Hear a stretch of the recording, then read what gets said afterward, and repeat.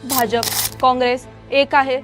वंचित बहुजन आघाडी सातत्याने हे जनतेला सांगत आहे की भाजप आणि काँग्रेसकडून आरक्षण संपवण्याचा डाव हा रचला जातोय। म्हणूनच बाळासाहेब आंबेडकर सांगतात की धर्म नाही तर आरक्षण धोक्यात आहे आणि भाजप आणि काँग्रेस हे एकाच नाण्याचे दोन बाजू आहेत।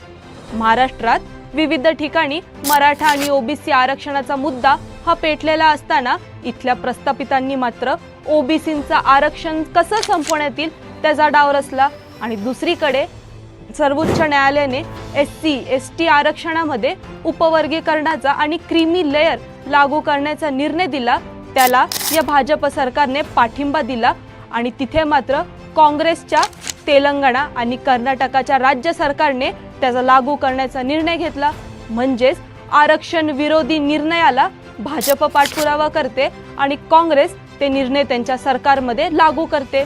आता महाराष्ट्रात विधानसभेच्या निवडणुका तोंडावर आहेत, परंतु महाविकास आघाडी आणि महायुती यांनी मात्र त्यांचे आरक्षण विरोधी अजेंडा हा सोडला नाही।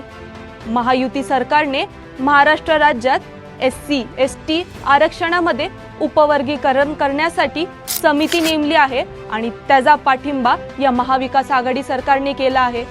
म्हणजेच आता महाराष्ट्राच्या जनतेने हे ध्यानात घेतलं पाहिजे की एससी एसटी ओबीसी याचं आरक्षण हे मात्र संपवण्याचा पूर्ण प्रयत्न इथले प्रस्थापित नेते, इथले प्रस्थापित पक्ष हे करत आहेत। या राजकीय पक्षांच्या हातामध्ये सत्ता जर आपण दिली तर आरक्षण संपलं म्हणून समजा आणि या सगळ्याला एकच पर्याय आहे, ते म्हणजे वंचित बहुजन आघाडीचे आमदार येत्या विधानसभेला निवडून द्यायचे।